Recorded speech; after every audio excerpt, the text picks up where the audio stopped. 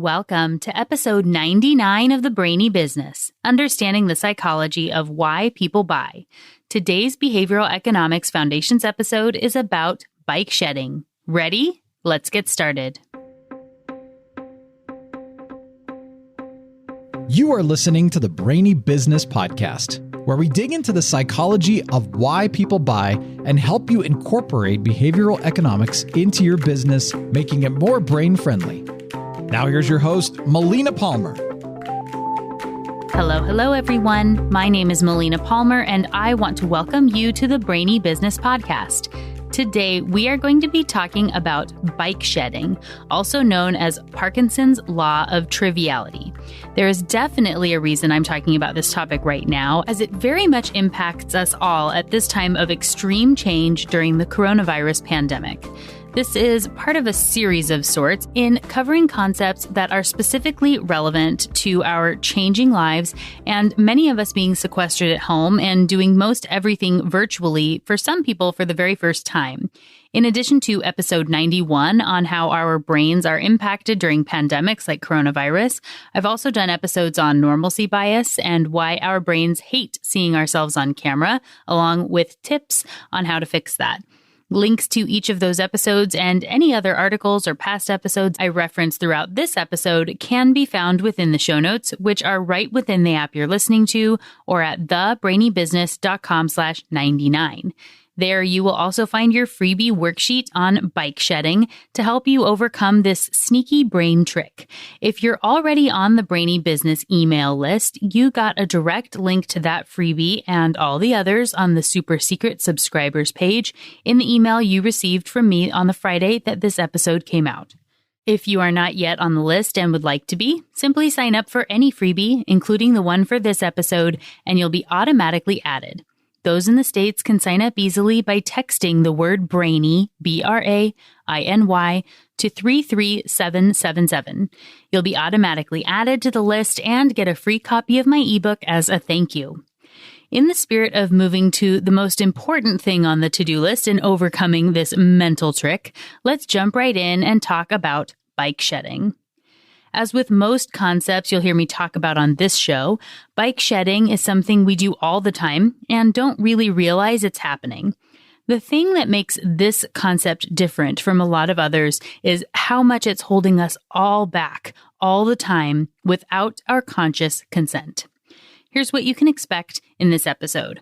I'm going to give you an explanation of what bike shedding is with some of the most common examples, and then I'm going to give you a list of questions that you can ask yourself and explaining why those particular questions matter, kind of the thought process behind them to help you shake things up and get out of that bike shedding mindset so you can actually be achieving goals, moving forward. And again, those questions are lined up with the freebie worksheet. So you should go ahead and download that if you haven't already at thebrainybusiness.com/99.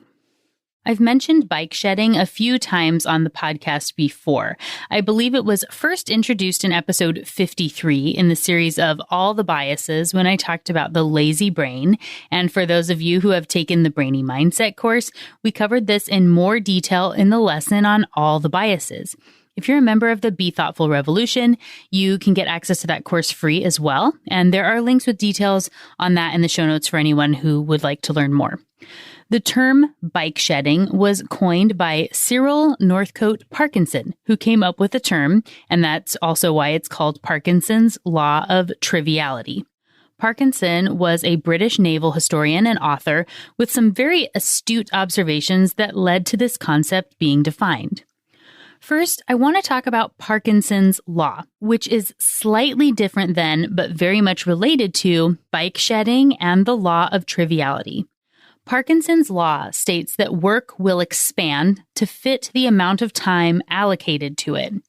This explains why no matter what time you get up in the morning, you always tend to leave or get to work at the same time. For those of us who say we work great under a deadline, this law is a big reason for that. If you have all the time in the world to get something done, you'll procrastinate and get distracted, and it'll take forever. When it's due in 4 hours, magically you can bust it out and complete the entire project. Episodes and articles are a great example of this in my business. In general, podcast episodes take me an average of 8 hours to research, write, and record. That doesn't include editing, show notes, reviewing the episode, and things like that, as this is done by a separate entity. Shout out to Pro Podcast Solutions. Some episodes take less time than that, but in general, it was a pretty standard time frame for the better part of the first 2 years of the show. Now that the world of coronavirus has severely impacted my available time to work on episodes without the kids interrupting, magically, they take less time. Similarly, articles take less time to write, and other tasks can be done more quickly when I have less time. The quality is still the same in many cases, and interestingly, my column articles have had less suggested edits from the editors now that I'm taking less time to write them. Possibly because I'm forcing myself to work on smaller topics per post, or because of having over 40 of these done now, or due to the benefits of succumbing to Parkinson's law, or some combination of everything. The point is, much like a goldfish will grow to the size of its bowl, our tasks will take up as much time as we will allow them to take. This is why setting your own internal deadlines through things like time blocking, if that works for you, or using a time timer like I do, can make a big difference in productivity. I've linked to the episode on my favorite tools for organizing your brain, which was episode 83 and has quickly skyrocketed to the 7th most downloaded episode of the podcast, as well as my interview with Nir Eyal, author of Indistractable, for some more tips on being productive and conquering Parkinson's law. Now, how does this apply to Parkinson's other law of triviality and our concept of bike shedding? Building on the first law, Parkinson's law of triviality finds that people will waste time focusing on trivial details while ignoring the bigger, more important problems. And consequently, those bigger and more important problems end up with less time to be dealt with than what they should have. And it becomes a disproportionate problem. The term bike shedding comes from Parkinson's observation of a committee which had been put together to approve plans for a nuclear power plant.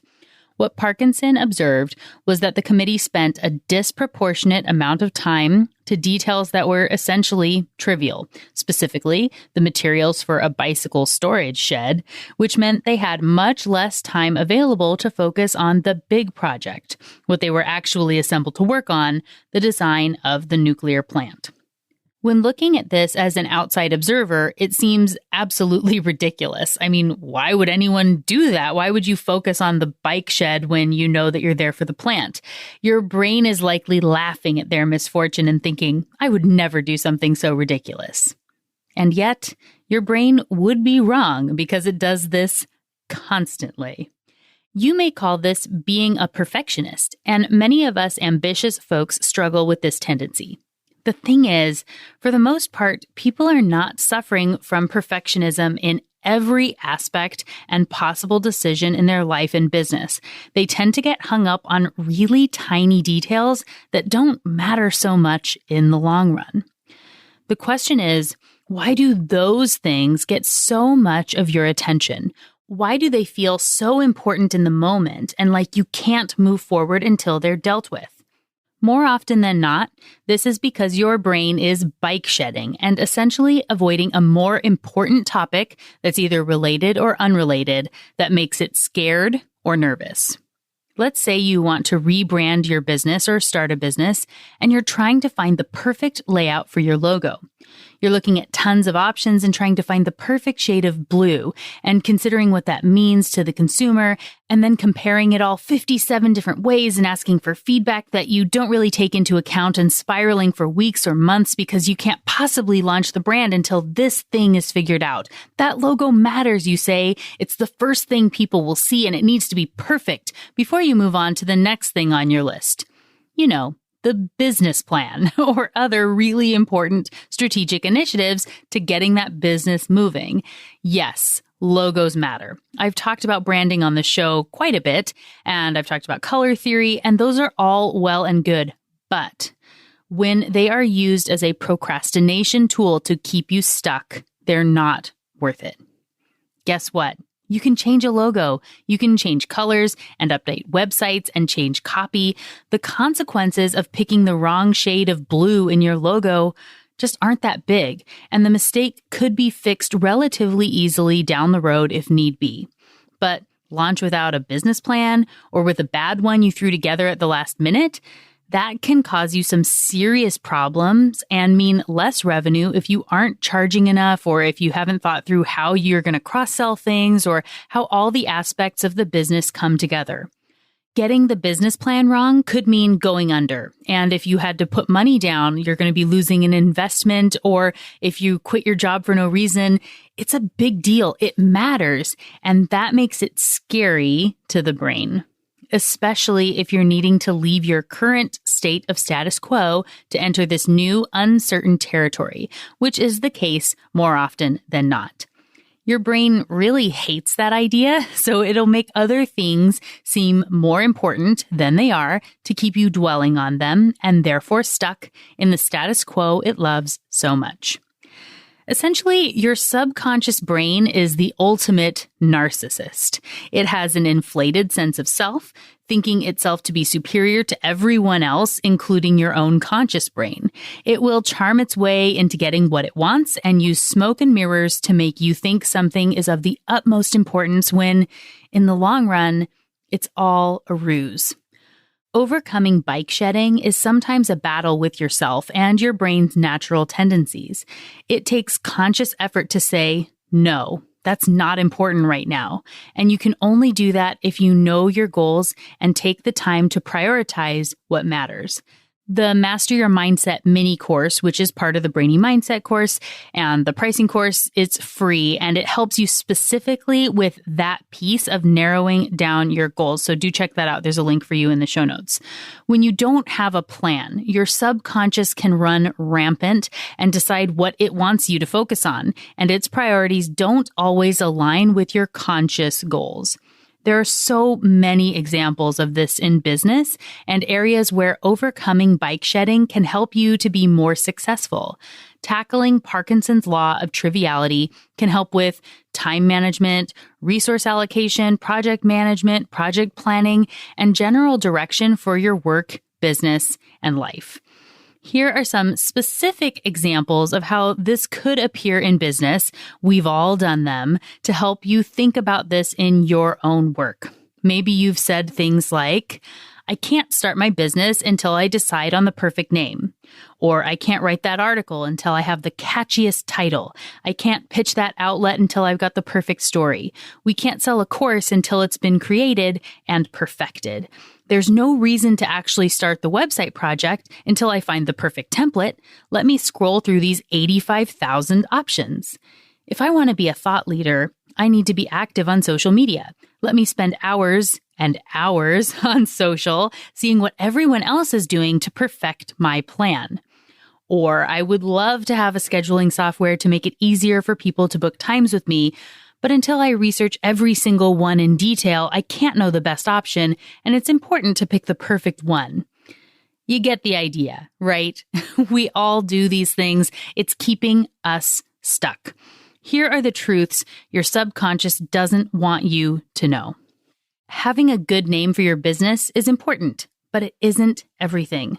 When I first launched this business as a freelancer, it was just Melina Young Consulting. And when I got married, I changed it to Melina Palmer Consulting. And it stayed as that for a while until I came up with the name of Defying Gravity for Brands That Soar. A name and a brand that I loved, by the way, but I had to give it up when it didn't fit and it was time to launch the podcast. So I had to rebrand again and found what I think is now the perfect name and iteration for the company that I can keep in the long term of the Brainy business. If I had waited until I knew exactly what would work or felt perfect, none of it would have happened. Getting started under a generic name meant I could test out what I wanted to do and what people would pay for, and the name evolved over time. There are some really crazy names out there, and a great product, service, or idea can overcome a less than perfect name. It's most important to see what the fit is. Just get moving, get started, and you can go back and revisit those things later. And actually, I started my business without a website I don't think I had a website in the first 2 to 3 years of being in business. It was all based on referrals, and I had plenty of business keeping things moving along the way. So knowing that sometimes you just jump on in and move forward. Let's move on to the second point here, which was about not being able to write the article until you have the perfect title, or pitching the media outlet until you know exactly what they're wanting in extreme detail to make sure you're perfectly hitting the mark. And this is just not going to work in your favor. You will have some misses, sure, but you just have to start swinging for these things. Try for things, follow up on things, reach out on things, do some research so you don't look ridiculous, but pick your top outlet or 10 and send some personalized pitches. Find who's been writing, or find the editor and connect with them on Twitter and just have a conversation. And eventually you can pitch the concept, knowing that titles are actually one of the last things to be completed for articles and books. It's not always this way, but more often than not, this is the way it works. Getting those ideas out and testing titles later on is going to be more impactful for you and can help you get the thought out of your head and get moving. See if somebody's interested in the general concept, if you can explain it in a couple of sentences as to how it relates back to their outlet, why their readers are going to like it, and you can narrow in on the title later. You can also easily change a title when you know the content is good and it resonates. Say if you were writing articles for your blog, or I went through recently and updated a bunch of the names of past episodes of the podcast to make them into a way that I felt was more compelling, and they've been getting a lot more clicks. You can also tweak the way you talk about it on social media if you're stuck with a title, like the ones I write for Inc. magazine. Once the title is published, that's the title, kind of stuck with those, but I can talk about it differently in the way that I share it, encouraging someone to go and click and read, but knowing that if I had waited until I knew exactly what Inc. was looking for and that they wanted someone to be posting on behavioral economics before I pitched them on it, it never would have happened, or somebody else would have gotten that opportunity. So putting yourself out there, getting over that bike shedding is really important, and taking advantage of opportunities that you may not know exist yet. It's the same with courses. You don't want to perfect a course and spend hours and days of your time agonizing over it when you don't know if people actually want it. Sometimes it's best to come up with an idea and a brief outline for a course or two and pre-sell them to see if anybody buys. And if they do, then you can create it when you know it's going to be a winner and you've already gotten some money in from it. It helps to motivate you to work as well and creates those deadlines to help you overcome Parkinson's first law and avoid your bike shedding tendencies of dwelling over the perfect content. It's the same with websites. If you're using something with a template, those are usually set up to easily transfer between layouts. I've done a lot of work with websites and other layouts over the years for advertisements and billboards and all sorts of things. And just almost 100% of the time, every business person struggles with the concept of coming up with the content first and the design later. This is a fundamental point of conflict between someone asking for a layout and the designer who's creating that layout. I'm pretty sure every designer I have ever worked with has said something along the lines of, give me the content and I'll give you a layout. And every person who wants the layout will say, show me a mock-up and I'll write the content to fit it. It feels counterintuitive, but in business, you gotta write the content first. Come up with the plan and write it all out with the least amount of words possible, and your designer can come up with something great to fit that content. They can then ask for edits if needed, but tackling the bigger problem of the content is more important than the perfect template. Similarly, on the example of the scheduling software or scrolling through social media as research for hours on end, it's procrastination to keep from doing the hard and scary stuff. And this highlights the worst part about bike shedding. Because it's your own brain putting up the smoke screen, The thing you're productively procrastinating with will feel like it's the most important thing in the world. You don't feel like you're doing anything wrong. It feels like you're doing the best possible thing to invest in yourself and your business. Your subconscious is going to ensure you believe that lie to meet its own needs. If you don't stop and say, is this helping me reach my goal? Or maybe, is this really important in the long run? It could hold you up for much longer than is valuable for you. And essentially, you're building a bike shed instead of focusing on the nuclear plant, something that from a distance you can see looks ridiculous if someone else was doing that in their business. But when it's you just believe with every fiber of your being that you're doing the right thing because it's your subconscious telling you it's important. And if you don't stop and question it, you're just never going to naturally get there. It's really difficult to do if you're not intentionally moving past that bike shedding. So with that in mind, there are a few ways to look at whatever thing you're stressing over and overcome your bike shedding problem. Here are some questions to consider, which are outlined on that freebie worksheet I've created for you, which you can find in the show notes at thebrainybusiness.com/99. First question, will I even remember this 5 years from now? This could also be pulled back to a much shorter time frame depending on the problem at hand. Maybe it's just if this is going to matter 5 days from now. In many cases, when you are bike shedding, you will have moved on to a new small problem to agonize over once you finish with this one. If you remember from earlier in the episode, I had said that the bike shedding, the small thing you're dwelling on, might be completely unrelated to the goal that you're trying to avoid, that your subconscious is trying to keep you distracted from.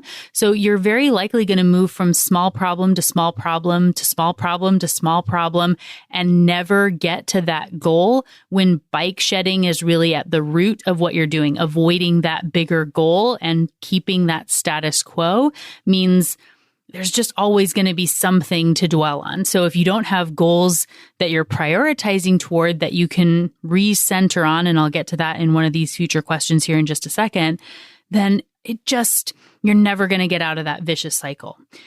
The next question is looking at the impact. A question for this could be, what's the consequence if I get it wrong? This means if you pick the wrong shade of blue for your logo, or buy the brown shoes instead of the black ones, or donate a sweater when you're downsizing, or move forward with a certain scheduling software or website template, or pitch the media outlet, or all the other things in the world, what happens if you made the wrong choice? What's the worst possible outcome of the choice? And realistic worst case scenarios here only. No saying that the butterfly effect could make it so your choice of the wrong blue causes a tsunami on the other side of the world. Think truly, if you pick a blue and end up hating it, can you change it? If you find out that you wish you had black shoes instead of brown ones, can you return the ones you bought? Or do you know it's a lesson learned and you get to go shoe shopping again? If you get rid of the sweater and wish you still had it, or another purple sweater, can you find a replacement? If you pick a template or scheduling software and hate it, you learn something and you can move on. If you pitch the media outlet and get rejected or don't hear back, which happens a lot even with really great pitches, you got some practice and maybe learn something for the next one. If the real consequence is big, then it's worth spending more time on. If it's essentially inconsequential, it's likely bike shedding and better to make a decision and move on. This is where done is better than perfect kicks in. You got to move forward to keep from going backwards. And I used to tell my designers this all the time, that you could sit and nitpick and fiddle and keep going tiny tweaks until it's perfect, but it will never be perfect. You'll never be happy with that thing you're designing, the thing you're working on, because it's just about trying to reach that tiny bit better that's not going to give you the big payout in the long run. So the next question you can ask is going to be getting back to your goals, which you will have already narrowed down using your Master Your Mindset mini course at this point. So you know your 3 goals and you can say, is this decision helping me reach my goals or keeping me from them? This is where really narrow goals and tactics underneath those goals are important. Finding out if dwelling on this decision will really help you better achieve the goal at hand, or if it's just keeping you in status quo for longer, is important in moving forward. Getting back to something Nir Eyal talks about in his book Indistractable, which I've already referenced once in the episode, and as I said, is linked for you. The episode of my interview with him is linked in the show notes here for this episode. The opposite of distraction is traction. And until you know what you're working toward, you don't really know what is a distraction from that goal and what is actually going to be helping you to move forward. So narrowing those goals, knowing what's important, is necessary to understand if it's a distraction or traction, if it's bike shedding, or it's dwelling on the right problems. Having an accountability buddy that you trust can be really helpful in this case. And why it is important to get out of your own head sometimes. You might need someone else to shine light on something to see how silly it really is, like where we can objectively look at the bike shed and the nuclear plant problem and see that it's ridiculous. But when it's our own small problem, we can't really see it. However, there is a very serious caveat to this point. You want to be in whatever this is for you, and don't ask a ton of people for their advice on every little problem that you have. You, of course, have other people in your life who are impacted by the decisions you make. It's important to consider those people in the ways they're going to be impacted. And sometimes you need to make joint decisions with people, whether they're work decisions and you need to consider other departments, bosses, or employees, or personal life decisions where you need to consider your significant other or friends or family members. However, many people who get sucked into bike shedding are too worried about what other people think and are trying to please others with their decisions instead of doing what would make them happy or help them achieve their own goals. And again, this is because your subconscious knows that it's going to help you spiral and stay stuck. So if the debate in your mind is, what will Susie say if she finds out I chose X? Or, I know Matt wants me to get Y, so I should probably do that. Then your bike shedding may be telling you something important, and that is to listen to you, what you want, what will make you happy, and what will help you reach your goals. Other people are important, and I'm not giving blanket advice to ignore everyone and stomp all over their needs. But what I am saying is that you are the only constant in your life. What makes you happy and feeling fulfilled is central to you, and you just shouldn't make all your effort be about other people's opinions. Your job can change, your life status can change, your relationships can change, and knowing, like I said, you're the only thing that's constant in your life. And I am someone who has made a lot of changes. I've been divorced. I've left a really great job to start a business. I have launched into a master's program and graduated from that, obviously, and then changed direction in my business multiple times. And I've moved around. There's a lot that goes into kind of knowing what is central to you and understanding your own goals and kind of overcoming this. I've been there. I don't need to dig into that here on the podcast. But if you had, questions or advice on some of that, obviously you can reach out to me, send me an email, melina@thebrainybusiness.com. But as it turns out, people are more likely to give their opinion and make it seem like they really care and know a lot about things that are essentially bike shedding. When you say that you're considering switching laundry soap and your best friend or mom or sister or coworker gives you a big lecture about why that's a terrible decision, or if you say you want to start a keto diet or train for a marathon and someone tells you why that's a stupid idea and then goes on about how bad it would be and why you shouldn't, that is about their bike shedding more than it's about your happiness. Your brain preference to focus on trivial stuff instead of big stuff is not limited to your own trivial problems. It can also easily and happily consume itself with everyone else's trivial junk. and want to make all those things into a big deal when they really aren't. And of course, everyone else's brain is doing the same thing, which is compelling them to weigh in on your small choice and make it seem like a big deal so they have something to distract them from whatever big decision their subconscious is avoiding. And now I want to put out my disclaimer. None of those people are bad. And if you have a tendency to make a big deal out of other people's problems, you aren't bad either. We are wired to do this, but we can also stop it and be much happier with just a little bit of effort. The lesson here is not to ask for other people's input if it's a bike shedding problem or if their opinion will not coincide well with your goals and happiness. If you know you want to quit your job and start a business, don't ask people in your life who think entrepreneurship is dumb what their opinion is. If you want to try a keto diet and are really excited about it, what do you benefit from asking your carb-loving friends for their input? Get balanced feedback, but also consider, do I feel the need to ask this question because my subconscious wants to put it off and knows that this person's feedback will keep me stuck and spinning? If the answer is yes, don't ask and know that that is okay. So here is where we end up. Bike shedding is an ongoing problem, which makes it so your brain wants to focus on little inconsequential details, and it's very good at tricking you into thinking they are way more important than they are, so you never have the time to tackle the big stuff that would move you forward toward your goals and shift the status quo that your subconscious loves so much.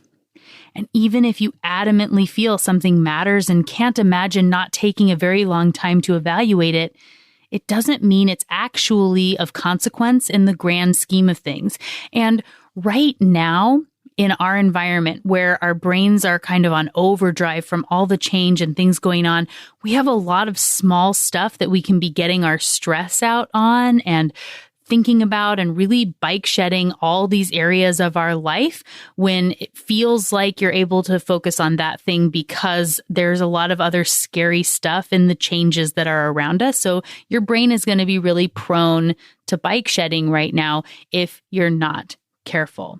So getting really good at challenging your own norms and points of dwelling is important to overcoming bike shedding and work on the things that really matter. Ask those questions outlined in the episode, which are also written out for you on your freebie worksheet, and just take time to stop and take a step back.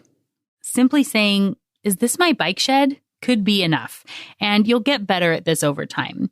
You'll never be completely free of bike shedding. Remember Parkinson's first law, that things take up as much room as you allow them to occupy. So you're still going to procrastinate from time to time. It happens.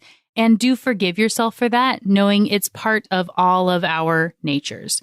But when it really matters, when there are goals on the line and dreams to be living, and knowing that bike shedding just creates a stressful, unpleasant experience that you don't even have to live in, there really isn't an upside to living in that space.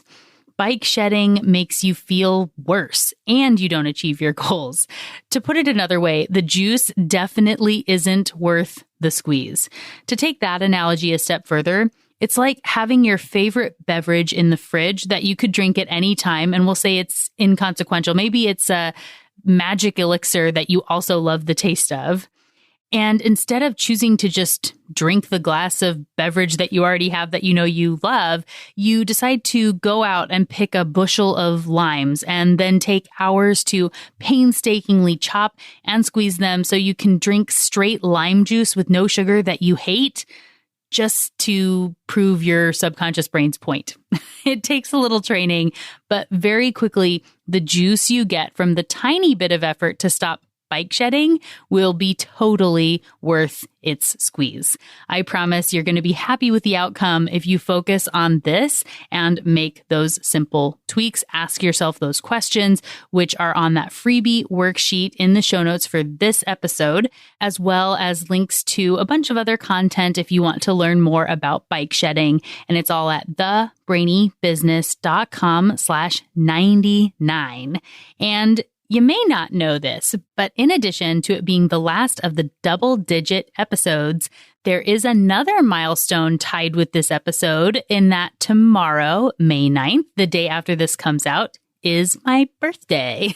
If you would like to give me a little gift, which I would very much appreciate, here are a couple of things on my wish list for this year. I'm actively working to grow my social media channels in support of an upcoming book launch. More details on that in the coming months. So if you have not done so already, please do like, follow, and connect with me on any and all of the socials. You can find me on Twitter, Facebook, and Instagram as The Brainy Biz, B-I-Z. And I would also love to connect on LinkedIn, both to my personal profile and the company profile of The Brainy Business. If you're on YouTube, you can also search for The Brainy Business and subscribe to the channel there. Links to all those socials will be in the show notes, and I would love to connect with you. Along those lines, another great gift would be to spread the word about the Brainy Business. Do you know someone who would benefit from overcoming bike shedding or knowing what it is? Please share this episode with them or another of your favorite episodes with someone directly or maybe on your social channel of choice and tag me in that post. It would be awesome. I would love to connect with you that way as well. The third gift I would love is a rating and review on whatever app you listen to podcasts on, or maybe a Facebook review or on LinkedIn. Whatever feels convenient for you would be loved and appreciated by me. Thank you for listening and for celebrating in these milestones, both of the last of the double-digit episodes and in my birthday tomorrow. I appreciate you and thank you for connecting and listening for the last 99 episodes of the Brainy Business Podcast. Many more to come, I promise. And just like that, episode 99 on bike shedding and the last of the double-digit episodes is done. Next week is episode 100. I can hardly believe it's been 100 episodes already, and I have some exciting things planned for that one, so please do plan to join me for that. It's going to be a lot of fun. You won't want to miss it. Until then, thanks again for listening and learning with me. And remember to be thoughtful. Thank you for listening to the Brainy Business Podcast. Melina offers virtual strategy sessions, workshops, and other services to help businesses be more brain-friendly. For more free resources, visit thebrainybusiness.com.